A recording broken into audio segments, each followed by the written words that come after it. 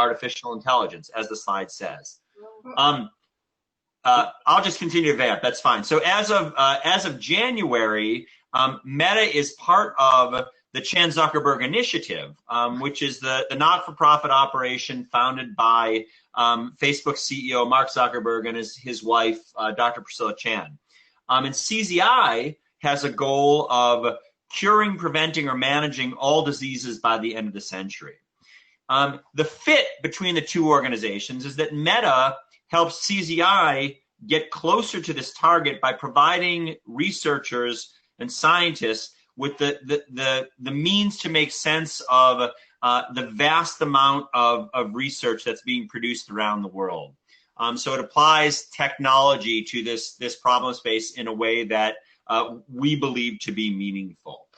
I told you a little bit about who I am and about Irena's role as well. So I think we'll probably just move on to the next slide. And I think I can take this largely as read because you all know this inherently as part of your day-to-day lives. The bottom line is there are many, many more articles being published every day than a researcher can reasonably keep track of. And given that volume of papers, as well as the complexity of information contained within those papers, meaningful engagement requires increasingly new classes of products and services that are able to read and understand scholarly literature at scale. And that's not obviously an easy task. These are very, very dense, very, very information-rich documents that we're talking about. So we often throw around the term big data, and there's a glossary at the end of this to unpack some of these definitions a little bit. But here, when we talk about big data as it applies to scientific literature, the big has a dual meaning. So one is the scale. There are tens of millions of research articles. But the other way that we think of big is in terms of complexity. There's a lot of really rich information contained within these papers, and unlocking that information and normalizing it and identifying the connections is really a task that AI and computational tools are well suited to handle. So we'll advance the slide one more. And as I said, Meta was really created to machine read, to understand, and then to create structured connections across all of this scientific knowledge. And this opens the door to some very specific use cases, which we're going to talk about here. I'll allude to two of them, and then obviously we'll dig very, very deeply into this notion of bibliometric intelligence. But one thing I should say at the outset is that a neat facet of being part of the Chan Zuckerberg Initiative is that the tools that I'm talking about, that Irena and I are talking about today, are free, as well as the next generation of tools that we're interested in developing. So it's a really, really unique circumstance. John mentioned that he and I have worked together on a variety of projects over a couple of decades, and I think he'll validate that this is very, very unique in that there is a lot of computational power, a lot of intellectual power that's being brought to the exercise, and there really isn't anything that's being asked in return, which is a neat situation to be in. The other thing that I'll mention is when I talk about Meta and I talk about bibliometric intelligence and horizon scanning, these are real-world functioning examples of what we're doing. They're not abstractions. They're real tools being deployed to the benefit of real stakeholders. But before I get into the applications themselves, it's important to step back and talk more specifically about the pool of information that our algorithms are analyzing. That's really what this slide is about. So our model is built on content that we have obtained indexing rights for from hundreds of different sources. So obviously HighWire Publishers, but also a range of other publishers. Some of them are large commercial publishers. Some of them are not-for-profits. Some of them are open access publishers. Those of you that work with us know we're not doing anything with your content. We're not serving it in any way. We're not sharing the full text. We're not making it available to read. So we're extracting connections and trends and predictions from it. But the core notion of you being the fulfillment vessel for your content, we realize that is sacrosanct, and we're respectful of that.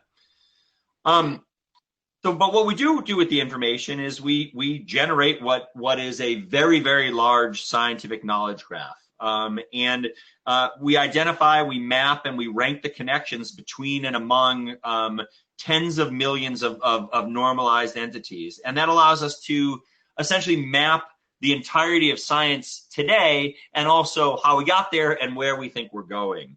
And this knowledge graph, which has, as you can see in the bottom right corner, 9.1 billion connections. So this is related to this, which is related to that, which is related to that. The knowledge graph becomes the base data set that powers the applications that we're going to talk about over the course of this conversation. So John, I think we can go to the next slide and talk about the first of these applications, which is meta science. It's a free AI-enabled literature discovery engine. I'm not going to talk in great detail about this. I'm happy to have follow-up conversations with anyone who might be interested in learning more, but I realize that this is just sort of a little bit useful in terms of context, but not to the core of this discussion. So end users, researchers use this to keep abreast of developments in their fields. They set up personalized focus feeds that act as sort of research timelines with a user experience which is akin to Twitter. We hopefully, if we're doing our job well, we're presenting research discoveries that are tailored to our individual users' interests in as close to real time as possible, with as few false positives and false negatives as possible. And the way that we do that is by machine reading every paper to which we have indexing rights, and then comparing them across the classes of entities. There are more than 200 different classes of entities that we extract and normalize from that corpus. And that allows us, in effect, to compare every new paper across multiple dimensions to every paper published dating back to 1665. And we believe this approach is beneficial to the end user, because we're getting them the information that they want, and information that they might not otherwise know existed. And we're doing that by reducing the noise around that. So we're not showing them a lot of papers that are not relevant to them. And if you compare this to, we know, because we do a lot of end user testing, folks still are creating these kludgy saved searches, and they're emailing themselves tables of contents, and they have RSS feeds, and they're really stringing together a bunch of different mechanisms to try and stay abreast of what's happening in their field. We think we can provide a more streamlined approach to that. I think, John, we can push forward into the gravamen of today's conversation, bibliometric intelligence. And as John alluded to, bibliometric intelligence helps journal editors manage the flow of manuscripts that they're tasked with evaluating. In a nutshell, and Arena will really dig into this in more detail, but in a nutshell, we look at a submitted manuscript and we compare it to every paper that the journal in question has previously published, as well as every other paper that's in our knowledge graph. And that gives us a bunch of insights that we think are quite useful. To be 100% clear on this, I'm sure I'll stress it again, but I really want to put bold in all caps behind what I'm saying here. These are quantitative insights that are meant to complement the qualitative expertise that editors are bringing to the task of evaluating manuscripts. So we're really trying to give them another tool, as opposed to using big data and AI to edit journals. It really is not intended for anything other than to provide another window into this information. And we believe that it's really good at helping editors answer three core questions for each manuscript that they receive. So one is my journal an appropriate venue for this manuscript? Two is, what is the potential impact of this paper? And three is, who would be some good reviewers that I can send this out to get referee reports from? I mentioned that the service is not theoretical. It's been tested against millions of actual articles. And these tests looked into how our algorithms performed compared to actual article level eigenfactor scores and accruing citation counts. So in effect, we rewound our knowledge graph to 2012, pretended we didn't know what happened to those articles and made some projections, and then recalibrated the algorithms. Again, Irena will talk a little bit more about the data and what we've learned thus far. I also want to mention that we have a version of bibliometric intelligence that applies to newly published articles as well. That's not really what we're talking about here, but each publisher that we're indexing as part of the meta discovery engine will be turning on a secure dashboard for shortly with the same basic principles. But obviously, when a paper is published, we know we have a significant additional bit of information. So we go back and we run bibliometric intelligence again on that.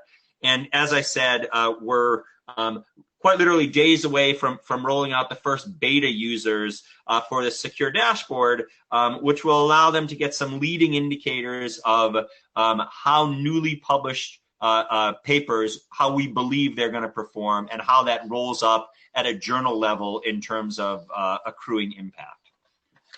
So, John, I think we can go to the next slide, which will pass over. I'll pass this over to Irena. But obviously, I'm going to pop in and out of the conversation, and any questions that have been surfaced to date, we'll take as we get a little bit further on in the conversation. So, without further ado, I'll turn it over to my colleague, Irena. Great, thanks, Greg. So a question that we often get really is, what is under the hood of BI? How are we able to predict the number of citations and a performance of an article 3 years out before it's even published? And although I am no data scientist, I thought of giving you a little preview of what our secret sauce is about. So I will specifically talk about today's model that we have in place. As Greg mentioned, the richness of information lies really in our knowledge graph. And we can leverage all these interconnections to mine and understand all the patterns that are at play. And this reveals trends that can then be utilized to teach the system to forecast or predict how well an article will perform, regardless of where it's published. So it's worthwhile mentioning that we are completely blind to where the article is published. So we're not incorporating or considering any journal information. So Meta extracts 201 feature from a newly submitted manuscript. What these features consist of is typically your standard metadata that we're all used to. So main authors, co-authors, affiliations, references, concepts that are mentioned in the body of the paper, of the manuscript. We also dig a level deeper and look into these connections within the metadata and their interrelatedness, such as, for example, main authors, publication record, citation profile, the G&H indices, the fields of study of these individuals and their impact over time, and so on. And on top of that, there are 200 additional text features that are captured in both the title and abstract. And then what happens is the system will employ a multi-layer neural network. It's a fancy word that scientists like to use to predict all of this together. So to predict eigenfactor, to predict the number of citations, both of these measures 3 years out post-publication, and also global top percent rank or a tier as we refer to in the dashboards. I think we can actually, yeah, perfect. Thanks, John.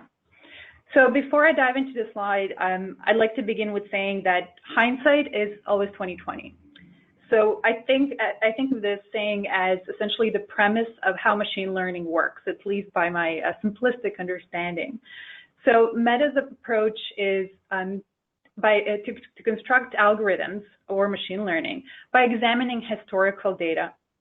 And a way of approaching this is fairly straightforward.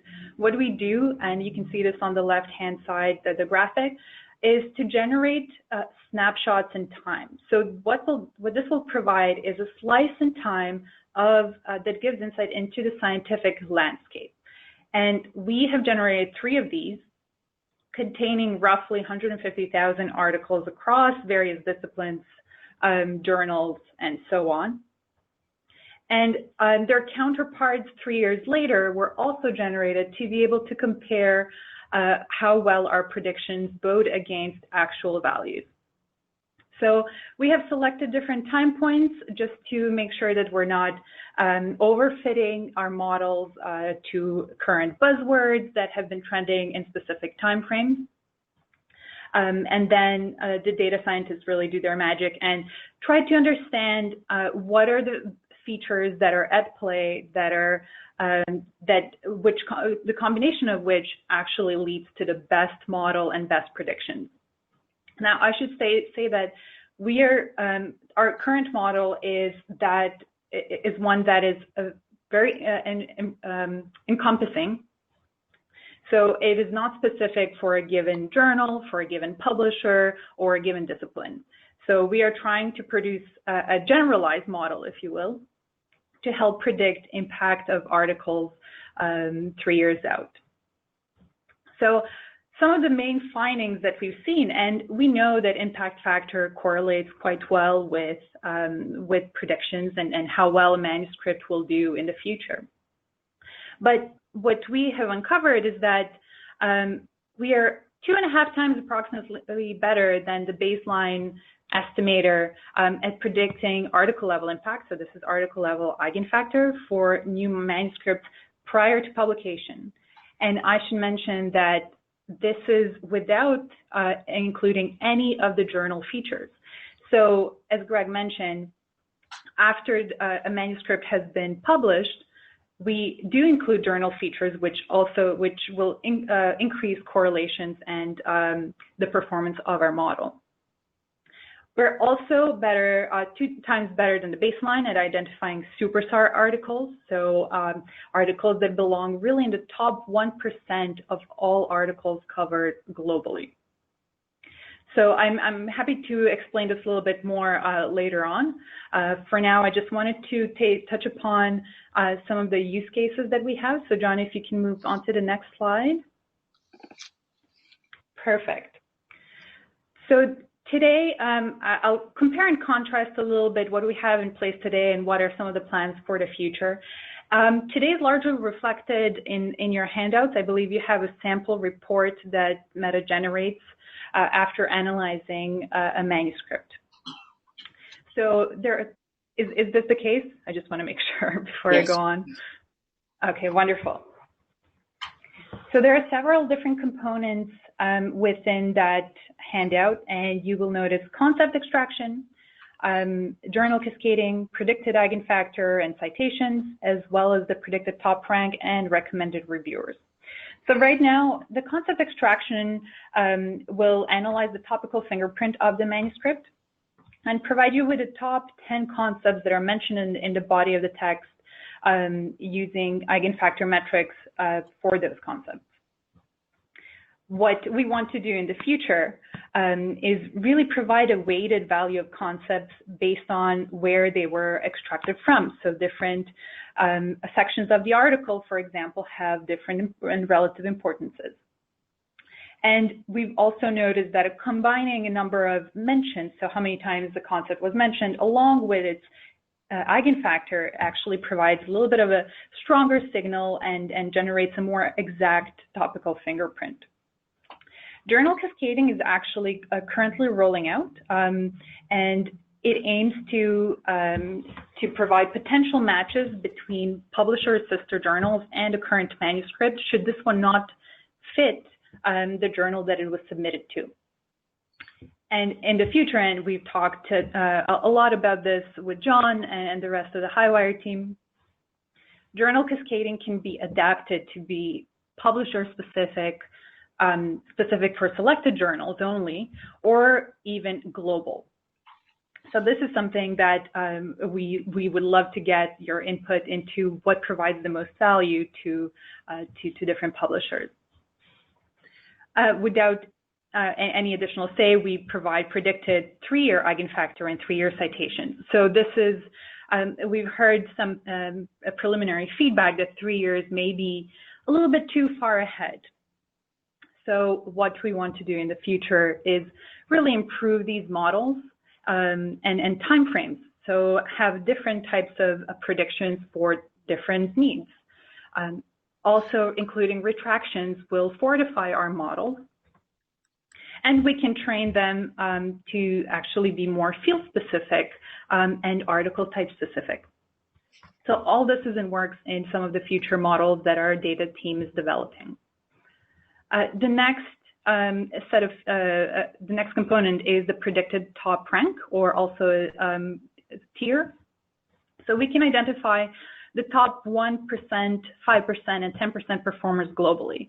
So this will remain unchanged, although because it is computed together with eigenfactor and citations, the stronger our predictions get in those areas, the stronger the predictions for top rank will get as well.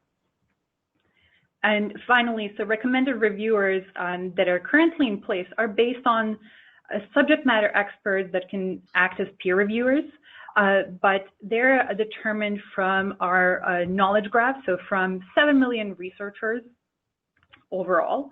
And what we'd like to do in the future is really do a specialized recommended reviewer section based on the input from different publishers as they resort to different folks for peer review. A couple of new things that is in development, recommended citations.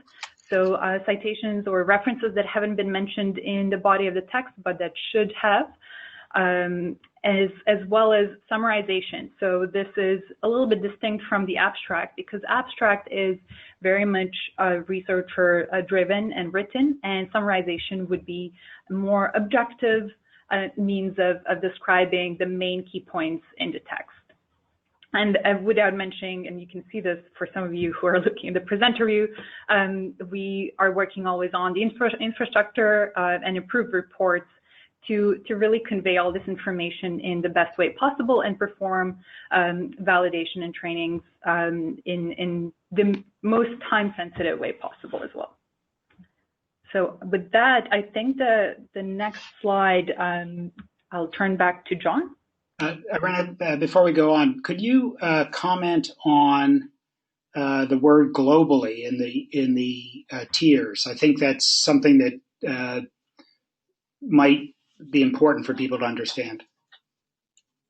Sure. Yes. So the tiers are not based on a publisher's only articles. So this is really looking at all the articles that have been published recently and baselining the performance of the submitted manuscript to all of those articles. So where do we think this manuscript that is incoming is sitting with respect to the science literature in the moment? So that's really, it's quite distinct from, I think it provides a lot more insight globally as opposed to within a given publisher, just because they're already informed, you already know how well some articles are doing.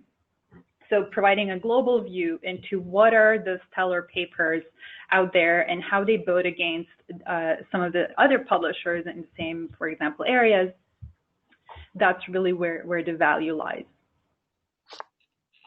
Thanks. So what I want to do is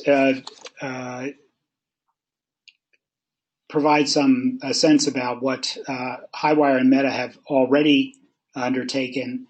And we have a concept we call validation, where we're trying to validate at the journal level. So what Irena's just talked about is how they've validated globally, with these snapshots across thousands of papers, the credibility of their techniques. What we wanted to do was then drill down to publisher and a journal level. So what we've done with Meta is test whether there's an approach to validation that we could come up with that would allow publishers to proceed with assurance that these techniques work for them, that is, in their cases, as opposed to, well, it turns out that, yes, this works for the average journal, but it doesn't work for science. And we thought it needed to be that specific.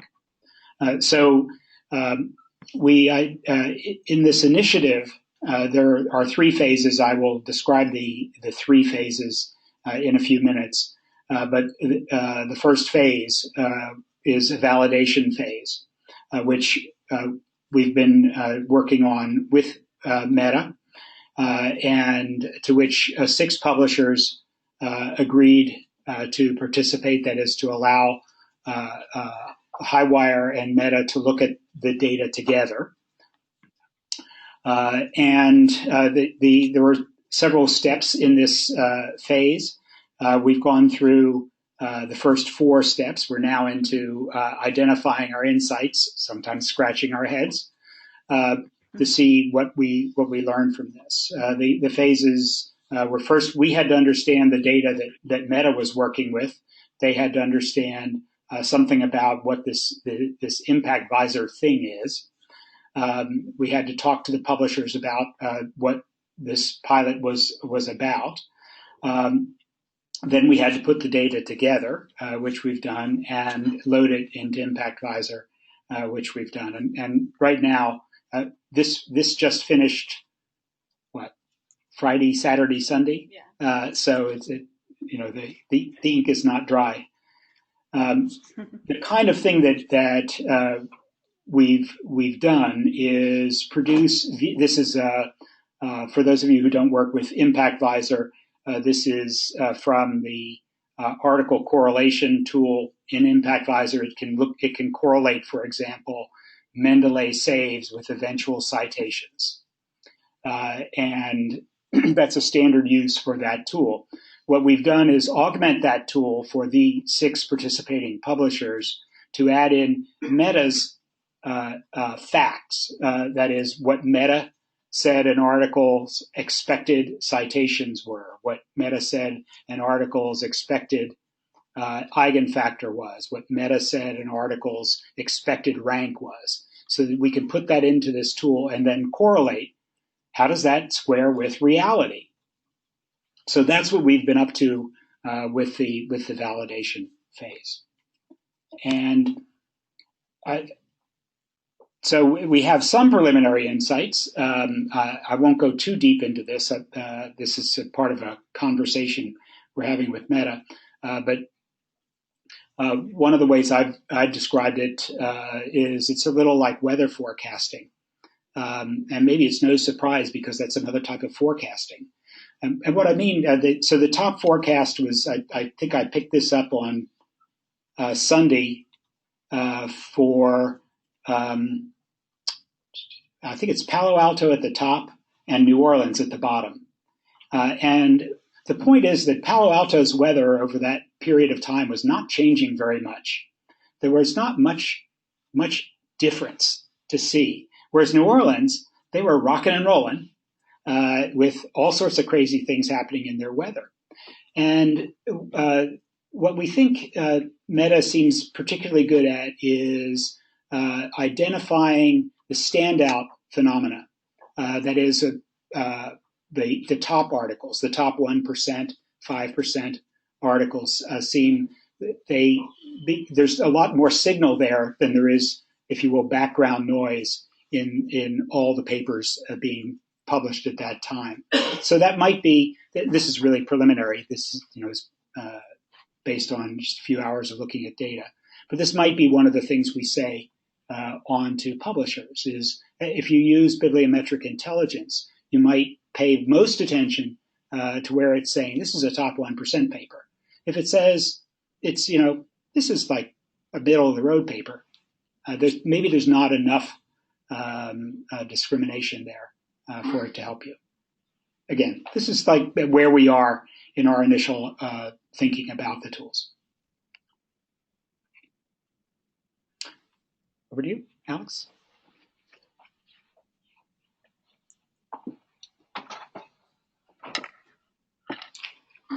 So this is all pretty preliminary because, as John mentioned, the data is hot off the press, literally.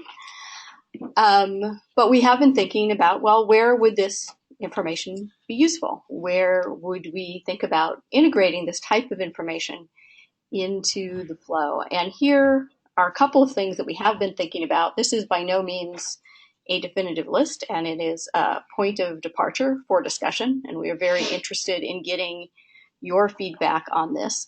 But if, for example, you're thinking about the report that you have in front of you, would that be something that is interesting to you or important to you to have available as the manuscript is being evaluated? So after it's been submitted to you, but before you've made a decision on the manuscript. And that would imply that integrating for us with BenchPress might be something that might be interesting to publishers. Additionally, and this came up in a conversation just a few minutes ago prior to the session, what about preprints? Would it make sense to have this kind of information available for articles in preprint servers? And if so, what decisions would you make based on having bibliographic intelligence available? And then, of course, because we've been using Visors as the tool to look at this data and to take it apart and look at it piece by piece, Visors make sense to us as another possible point of integration. And this, at the moment, we're looking at the article comparator, at the ACCU report. Potentially, there are other places where it might make sense to integrate. This is an area, and John will talk about this in just a minute, where we'd like to get feedback from you. What kind of information would be valuable to you, and where are the integration points that make the most sense to you, where it would be useful to help you make decisions. And we are going to have a forum for that discussion, and John's going to talk about that. But I'd like to put these thoughts into your head right now, and feel free to get back to either me or John anytime during the conference if you have other ones. Additionally, of course, we'll have another forum for discussion in these areas coming up. So John is going to talk about how we're moving forward.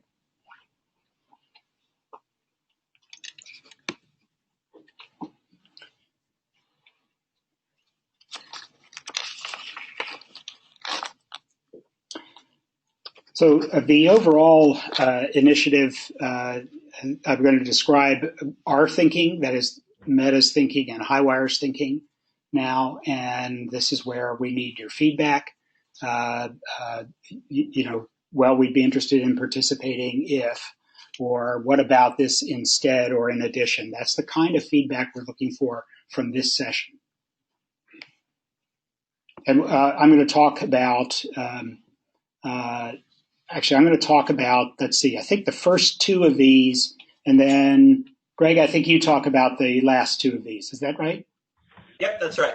Okay, good.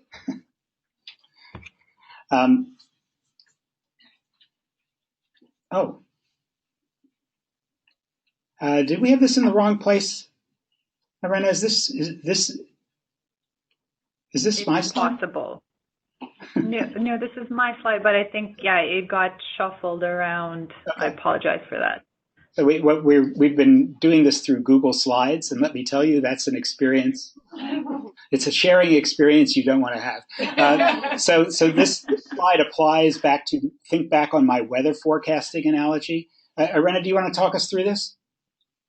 Sure, yeah, I'm happy to. So based on this current validation that we've done with the partnership of HighWire, what we're providing is all the raw data that we generate for participating publishers. And I've mentioned in the beginning the idea of having snapshots.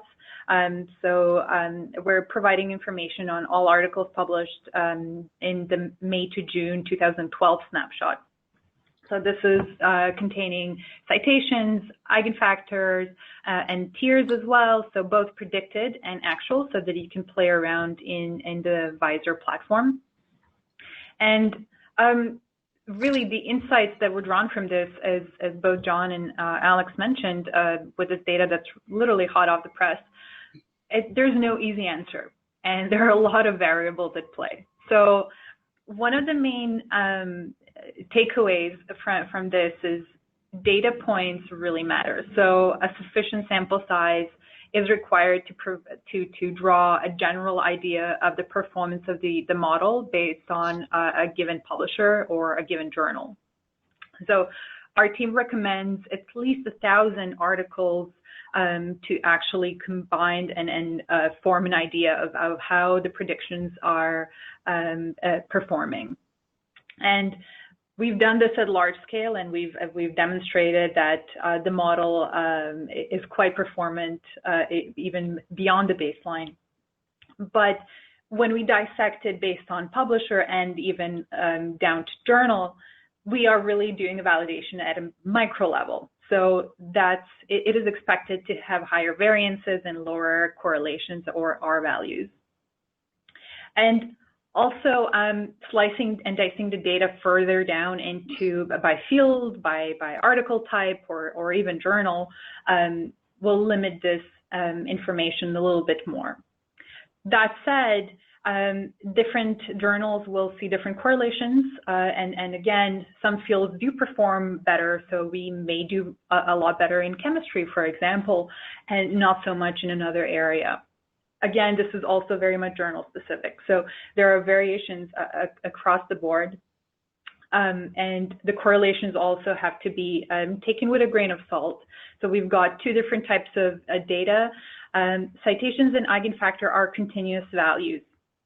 And so we use Pearson's correlation to judge how well our predicted values compared to the actuals. And the discontinuous data is a little bit trickier because of the fact that it's bucketed. So this pertains to the tiers that you'll see in the platform. We need to use Spearman's correlation in order to best judge the performance here. And I believe we don't have that quite yet in the Visor system. So those are a couple of points to take away from this. Some of the numbers, also some of the values that you will see, particularly pertaining to citation numbers, are also to be, there are a couple of discrepancies there, and I can explain a little bit more why this is so. So Meta really uses cross-reference citations, as well as some of the citations that we mine from full text, to combine and to compile a number of actual values that are used back in our prediction models. While HighWire actually has, I believe, scopes as well as cross-refs citations. So although the values are maybe distinct, they will be highly, highly correlated. So that's really what's important, is the high correlation between the two. We are also tracking citations 3 years after the publication. So this is essentially 2015 for this particular subset of articles that are shown. While the HighWire citation count may be as recent as of this year, if I'm not mistaken, John. Right. So those will also correlate, but not be exact values. And another point that's important to mention, again, is we don't use any journal level features. So adding these in also improves some of the correlations where we can actually see. Some of what John had mentioned before and the weather analogy, it's really about prioritizing and ranking the best articles or those that are not going to be performant. And that's where our current model shines fairly nicely, I believe. So we can identify the top performer articles even before they're published with a high confidence, and some of those that are lower correlation, so lower performers as well. And additional parameters that we did not talk about but are also part of the handout are, how do we evaluate journal fit? And I can talk more about this if you'd like at a later time point, or recommended reviewers. So these are all the types of conversations that are still ongoing. And we'd love to hear your feedback on that as well. So John, I will pass this to you. I hope that you do have the right next slide. Yep, I think so. I can see the presenter view. So can you, I think. So just to put a fine point on a couple of things that Irina said, because the data points is a real issue in the validation. The snapshot is the number of articles, is the articles you published in May to June of 2012. And if you think about that, for some of you that might be as few, under 100 articles. For some of you, it might be as many as 400. I think that's the largest of the 6 publishers participating in the pilot. It was 400 articles. None of those are close to 1,000. So we just don't quite rise to the level where you can do the validation with the data we have. That's why I said at the beginning that the goal right now for the validation is to say, do we have the right framework for doing it? If we do, maybe we should go get more data. If we don't have the right framework, we should go find the right framework. That's the idea.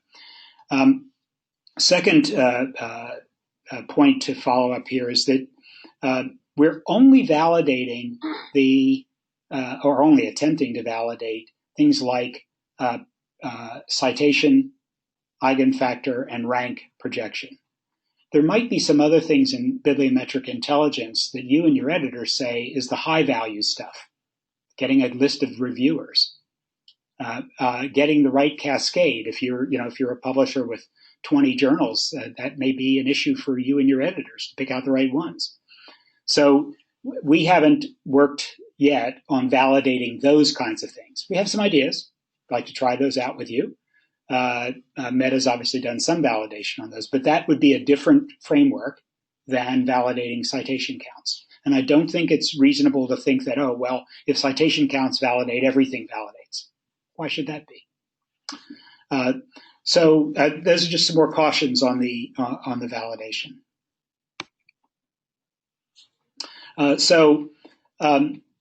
Looking at the big picture now, going back up, not for the validation, but the overall initiative. The goals we have for the initiative are to have editors and publishers guide what we do as the valuable things for their work. It is to give us input on directions, priorities, products, integrations, interfaces, and so on. Essentially to create a group of involved, informed, engaged participants. That's for the overall. Then we have these 3 phases. I mentioned before that validation was phase 1. The second phase we call editorial engagement. And the third phase is integrations. The editorial engagement phase is intended right now, the idea for your feedback is that we and Meta host a workshop in January or February. And because it's January and February, it'll be in California, not in New York. And that would bring together editors, that is the people who are making the decisions about what papers to accept, as well as publishers who can think about the overall workflow, as well as the technologists.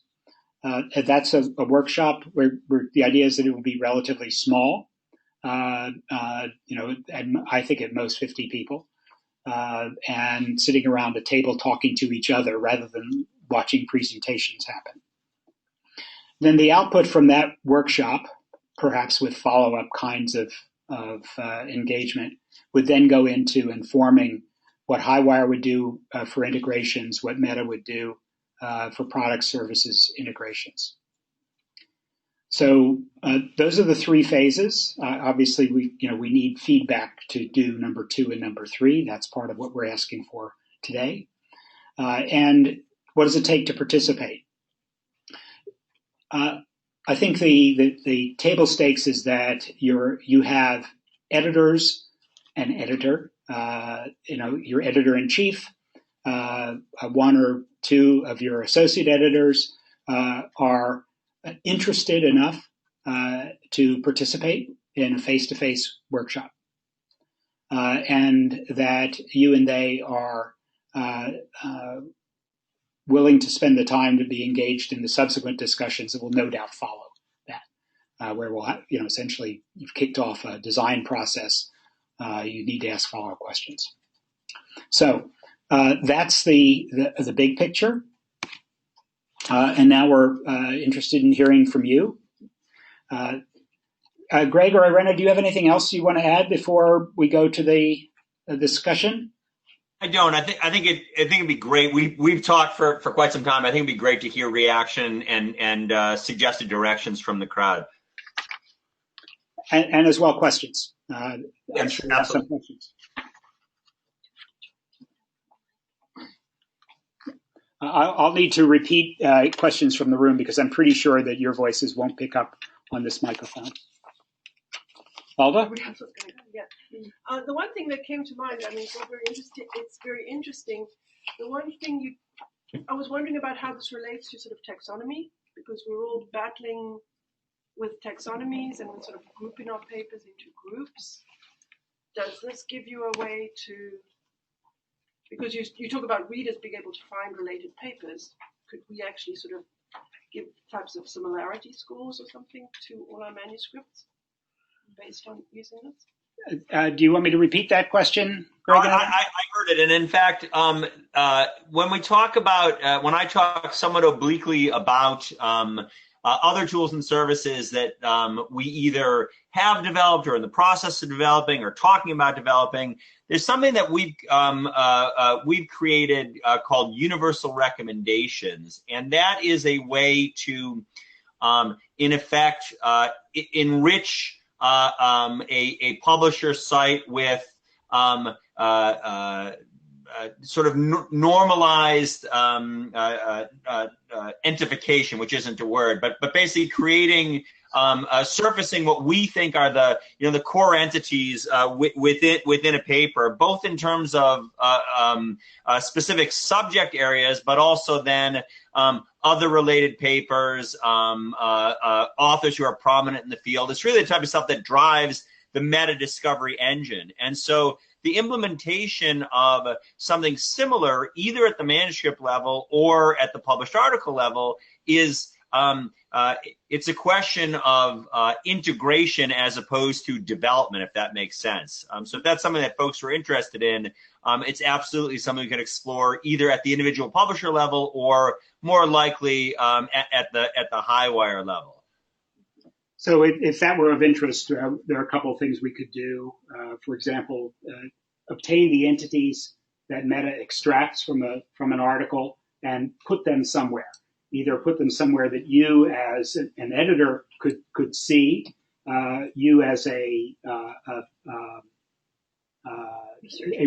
researcher could see in an article summary cycle. Yeah, I was thinking, sorry, this is Debbie Sweet from Self Press. I was thinking something very similar to what you were thinking, that it could be really useful for that as a way to kind of, to avoid having to have these rather artificial trees and actually make something much more sophisticated, which we would really like, would be really good to have. So I could see that being really. Another question I had for you, Greg, was you talked a lot about how adding in the journal actually really improved your predictive capacity quite a lot. How much difference does that actually make? Well, I think Irena can talk to it, but it's not just that we know where it's published, but then there are a variety of sub-factors that are associated with that. So Irena, do you want to take that one?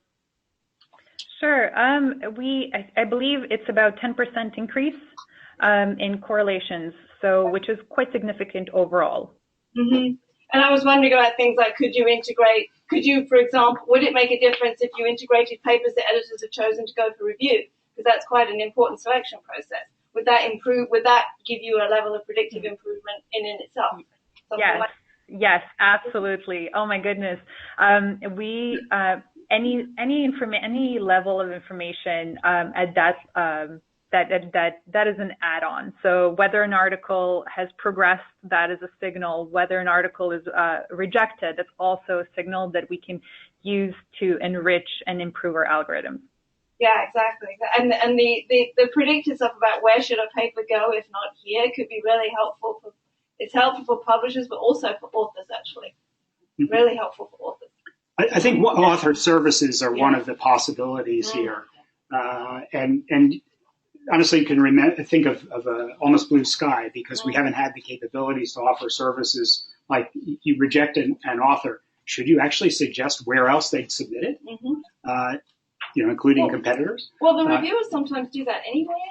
Do they? We actually ask them directly. Huh? Not in the review, but in the bottom of the thing, we ask them where else could this go. We're interested in that information. So if you could have something more enriched about that, it could be really helpful. Anything better than a more specialist journal. Yeah. Well, it also, and I sometimes actually, as an editor, I tell the authors this because I'm trying to give them an indication of what the reviewers thought of their paper. The reviewers suggested blah, blah journal is to give them a framework and a parameter that helps them. I mean, it's true that if they were suggested all competitors, maybe I wouldn't want to tell them that. But it depends. You can use that information constructively. Good. Yeah. Wayne? An author uses before submitting to any publisher in theory? Put it through the process? Yes. So you could imagine, so Wayne's comment was, can an author use a tool like this to essentially get feedback? In theory, in the future. So imagine that an article, a paper, is posted to bioRxiv. Could you deliver the bibliometric intelligence back to the author? Or if an author is considering putting it on bioRxiv, but I want to take a look first. Use that tool first. Sure. Directly to the author, disintermediate the publisher. That would be quite useful. Yeah, that would be good, actually. I mean, I was just thinking that when you said get feedback, you could also call it get real. Yes. Like a much more sophisticated version of Jane. Of what? That Jane. So there's this cool tool called Jane, Jane, which is journal author name thing. You plug in your abstract, and it gives you a suggestion of journals that have published related papers. And this is like a much more sophisticated version of that. Yeah, there are definitely there are two components, right? So one component is the subject matter fit, right? And so in that sense, it would be an author probably has an intuition that yes, this is an appropriate journal based on its aims and scope, what I've read in it, and so forth. But having a sense of how well a manuscript actually matches up to what the journal historically and recently has published, that would be valuable. The other piece is very interesting because there's a psychological component, which is to say, if you ran this through an author-facing version, a manuscript through an author-facing version, and it said you have a 2%, we estimate you have a 2% chance of being accepted in, the Journal of Exemplary Research. That person's going to have to make a calculation. And of course, they do that now based on intuition. But this would be providing some data that would potentially be some cold water and allow them to really think about what's a good use of their time and resources. Help them clean their rose-tinted spectacles that they're wearing. Yes, that's right. Comments? Any other questions? John? Were these data sets purely research articles, or was there some level of heterogeneity, reviews, editorials, methods, protocols, that kind of thing? So what I saw in inspection is that it's a mix. Irena, Greg, do you want to comment on that? Yeah, no, you're absolutely correct, John. It's a mix of different article types, and one of the future refinements that we want to bring to our models are more specialized and specific models to different article types, such as research article or review. These will ultimately generate different performances. As we know, reviews have a tendency to generate more citations overall over a given time period than some articles, for example. So right now the current model does incorporate different types of articles. And it can be different types of research objects, but it could also include news articles, for example, in science, and that's got to be a mess. Monica? I was just wondering if they've had a chance to identify or look at like papers that are sort of unexpected and then sort of push fields in new directions, whether something like that, how long it takes to sort of impact their knowledge graph or their predictive ability. I mean, is there any sense of that within their model, or how they account for something that all of a sudden, that unexpected paper that sort of pushes things in it? Right. I mean, we always have, people always argue, oh, I'm going to take this paper even though it's not going to get cited well in the next 2 years because it's going to be the sleeper that starts. Mm-hmm. So, right. But looking for those sleepers. That's going to like start a whole new, I'm just wondering if you see that in your modeling or you see that in your knowledge graph where something actually shifts. Mm-hmm. Or also, how long does it take to pick up a new field? So, I mean, you could use CRISPR as an obvious example of that. Yeah, no, it's a really good question, and I'll turn it to Irena in just a second to talk about how current bibliometric intelligence addresses that issue. But what I can say is we have an adjacent tool that we call horizon scanning, which is actually built on a U.S. National Intelligence Research Program. IARPA had a 5-year program to, in effect, create a predictive intelligence engine to detect emergence in specific areas of science. So the idea is basically, can we look at semantic patterns to understand issues and topics and techniques that are emerging and in 3 years will be CRISPR. And that's sort of a gross oversimplification. But we actually have that technology incorporated into Meta. When we were a commercial entity, we were licensing that to life sciences companies and biotech and big pharma and so forth.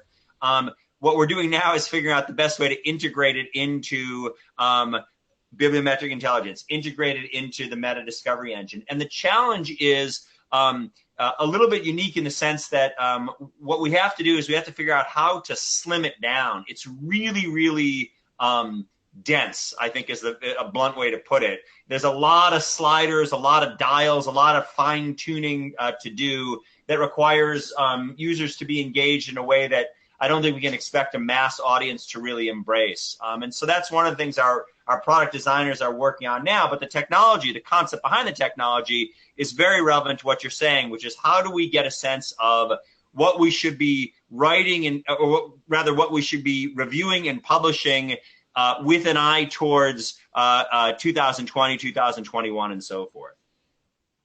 So yeah, I'll just go ahead. I was just going to say that, Greg, you hit it on the head, and whoever asked that question, that's pretty much the combination that is ideal. Seeking something, combining emerging technologies with predictions of impact is really the two strengths and the two core technologies that we do have, and combining those two will be a little challenging to say the least. But I don't think that's impossible. Currently, the current model, in a way, does do that. So we don't have, one of your questions was with respect to the time, how can we tell when and a given topic will gain in prominence, for example. So taking the example of CRISPR, CRISPR in itself now is a highly impactful concept, so it will definitely have a play into our model and into the algorithm, such that articles that publish on that topic will inevitably have a higher score. But again, this is in combination. This is just a single feature in combination with over 200 of different ones. So it will be interesting to really measure the impact and how we can uncover emerging technologies with the current system, and that's something that we're also working on. So if you are, one of the things I wanted to incorporate in this initiative was the horizon scanning component. We've said there's bibliometric intelligence and there's horizon scanning. I think that's a place where the interface is quite complicated. I've just seen a picture of it, and it's complicated. And if you've seen a picture of a 747 cockpit, it looks like that. And it doesn't have 3 seats or 4 seats in it. That it seems to me to be a very high value based on my experience working with editors. with Impact Visor is people want to talk about the future. They really are looking at where should we be looking ahead, leading the target. And I think that could be high value. So if you're interested in that, we should definitely incorporate it into the workshop with your editors. So I think the input is really necessary. Can I just ask a follow-up question? So does that horizon scanning, one of the things that the very first time I heard about Meta back a couple of years ago was this worry that actually it would make us less or more risk adverse, right? You're looking for the hit, the predictive, and then you lose the sort of the human judgment that maybe find something or just somebody gives something a chance. Does the horizon scanning help a little bit balance against that sort of risk averse? I worry about this just becoming a tool people use sort of remotely or rotely without really thinking. And that's really, at some level, the value of editorial, the idea that you have an editorial voice is that sort of less remote. I can't talk.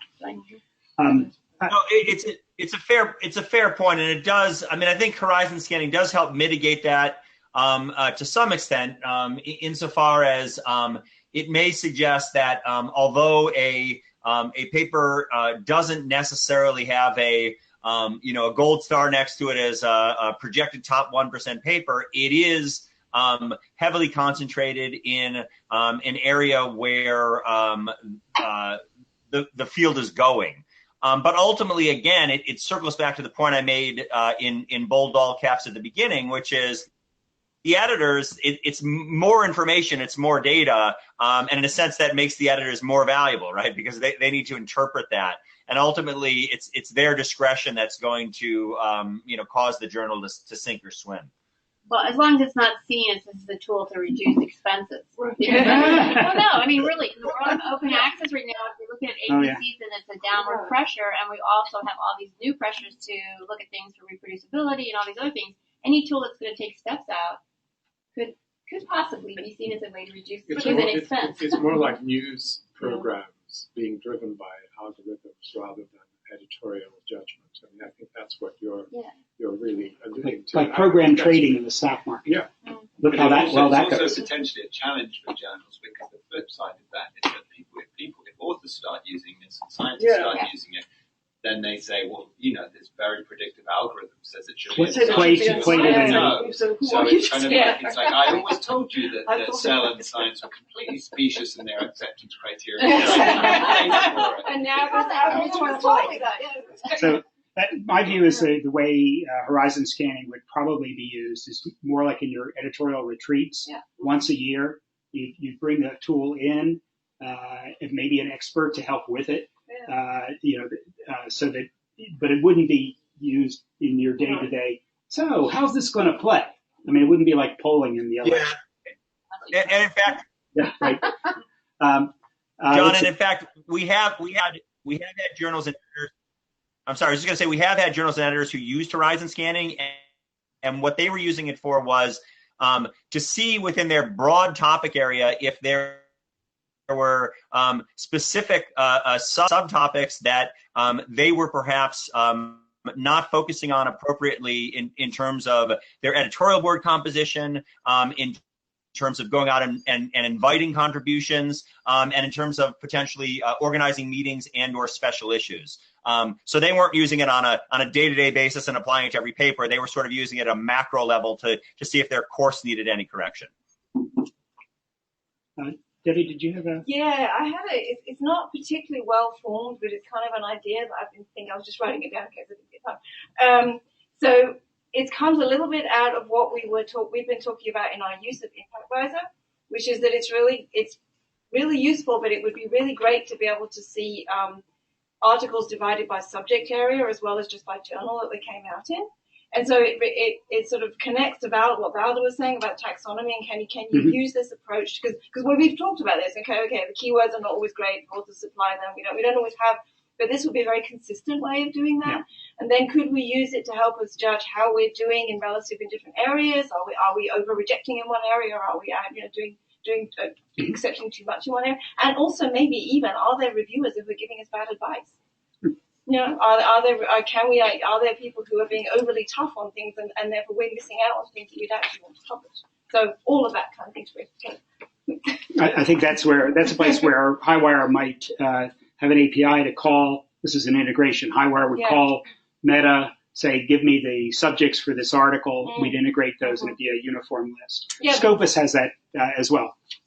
Yes, but I think it's sort of doing it in a way that actually doing it more real time in terms of the decision we're making. Now, journals do a lot of this analysis, but we do it based on data that are 2 or 3 years old.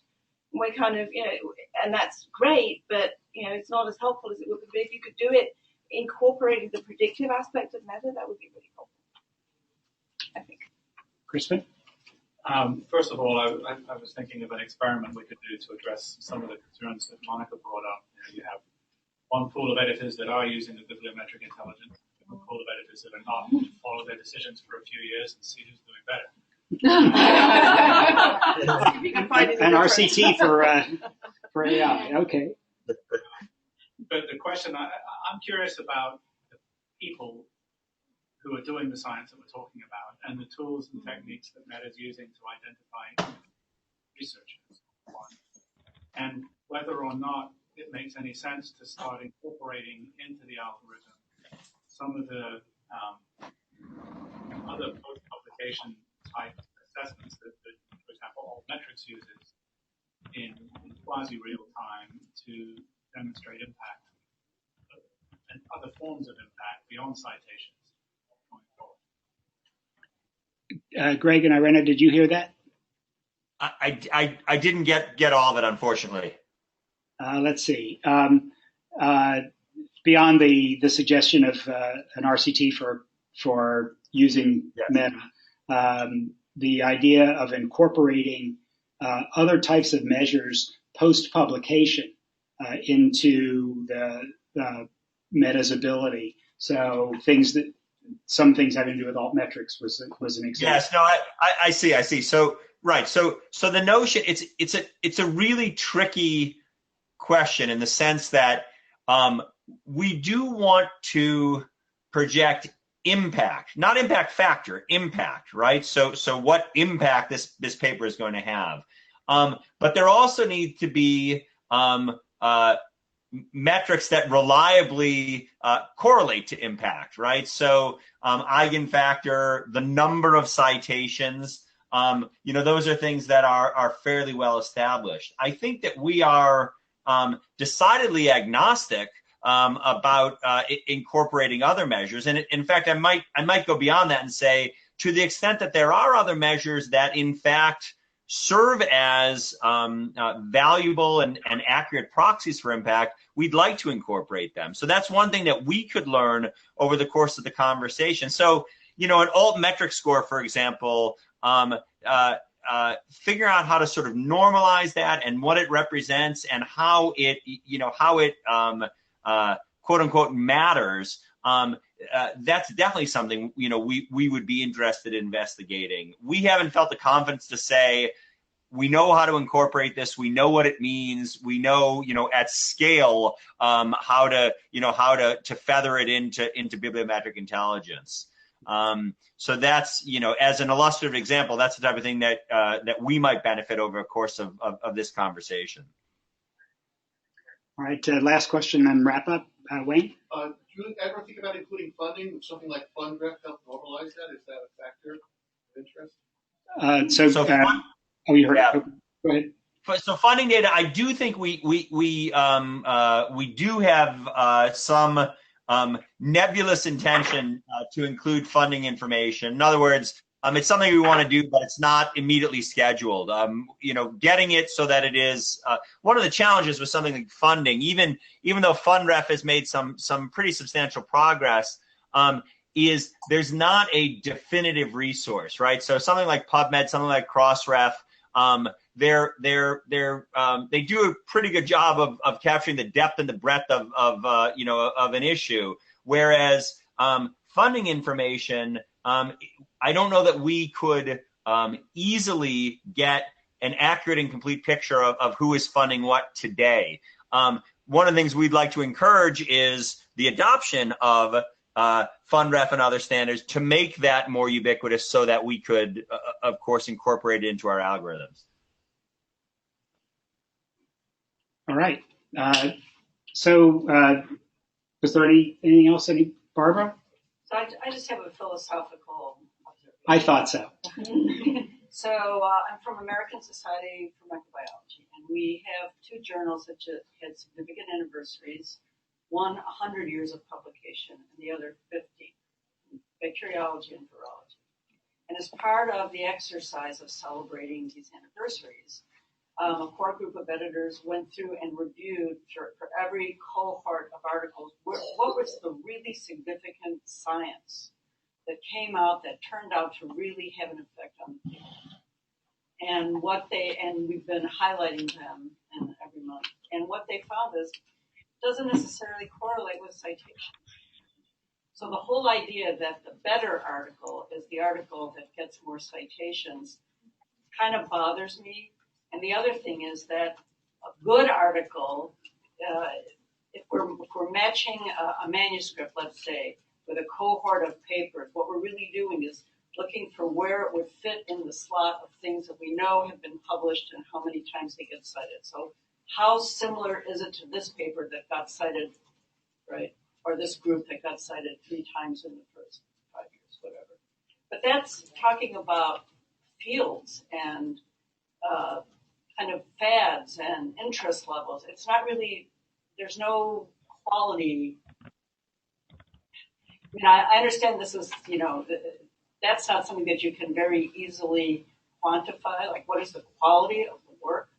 But I just want to caution us, because I see this as something that worries me could sort of evolve into a self-fulfilling hypothesis. It's like, well, here's a manuscript, and I run it through these algorithms, and I know it should fit in this journal because it's going to be a mid-level impact. So it goes in that journal, so it gets only read and cited by a mid-level quantity of people, and therefore it is not as good a paper.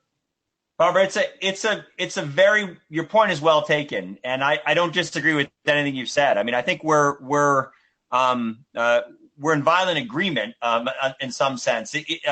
The data just give you a snapshot, right? It's telling you, as you said, this paper is like a lot of other papers. This paper is likely to fall into this degree of impact as measured by the following the following scales.